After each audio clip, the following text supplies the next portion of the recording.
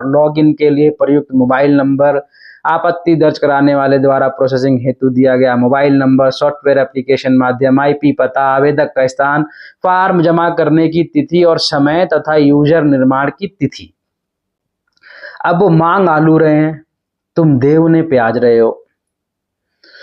तो दोस्तों, एक तरफ केचुआ कहता है कि हमने सब कुछ दे दिया है जो हमारे पास है, लेकिन सीआईडी 18 बार रिमाइंडर भेज चुका है। अरे भाई, आपने दिया, पर इस दी हुई इंफॉर्मेशन से जांच आगे नहीं बढ़ पा रही है। तो इस लेटर में जो सीआईडी मांग रही है वो आपके दिए हुए पहले के इंफॉर्मेशन को प्रोसेस करने के बाद मांग रही है। तो जो सीआईडी मांग रही है उसको प्रोवाइड कीजिए, नहीं तो कोई जवाब दीजिए ना कि हम नहीं दे सकते या हमारे पास ये होता ही नहीं है, हम कहां से लाएंगे। इसको लटका के मत रखो ना। ये जो आपने इसको लटका के रखा है और टाल मटोल कर रहे हैं ना, यही लोगों के मन में सवाल उत्पन्न कर रहा है कि केचुआ जांच होने देना नहीं चाहता। एक सवाल ये भी है कि सवाल तो केचुआ से पूछा जाता है और जवाब देने बीजेपी कूद पड़ती है।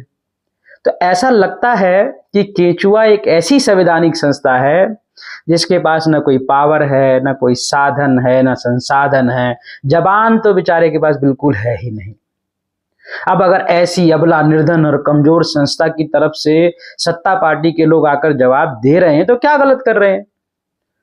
और सत्ताधारी पार्टी का बचाव करने के लिए मीडिया का तो पहला धर्म होता है, दूसरा होता है पैसा, बाकी किसी नंबर पे लोकतंत्र भी होता ही होगा, पर वो मुझे मालूम नहीं है।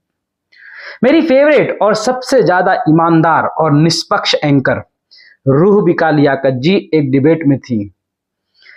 इसमें उन्होंने तर्क दिया कि केचुआ कैसे वोट चोर हो सकता है जबकि वो खुद एफआईआर करा रहा है वोट चोरी के खिलाफ। तो इस बात पे मुझे एक कहानी याद आ गई। अब मैं आप लोगों को वो कहानी सुना देता हूँ, फिर आप खुद डिसाइड कीजिएगा। हमारे एरिया में एक नेताजी थे, वो भी हमारी रूह बिका लियाकत की तरह बेहद ईमानदार थे। तो उन्होंने ये ईमानदारी का काम करने की जो जिम्मेदारी थी ना, वो अपने ड्राइवर को दे रखी थी और उसे कह रखा था कि तेरे जीवन का एक ही मकसद है, मेरी ईमानदारी के काम को ईमानदारी से करना। बाकी अगर कभी भी कोई भी बात हुई तो तू टेंशन मत लियो, तेरे पीछे तेरे पूरे खानदान का ख्याल रखूंगा मैं। और अगर इस ईमानदारी के काम के लिए कभी तुझे जेल भी जाना पड़े तो चला जाइयो, बाकी मैं सब संभाल लूंगा। अब शुरू हुआ ईमानदारी का काम ईमानदारी से। ड्राइवर ने नेताजी के लिए कई 100 करोड़ कमा के दिए। अब होता क्या है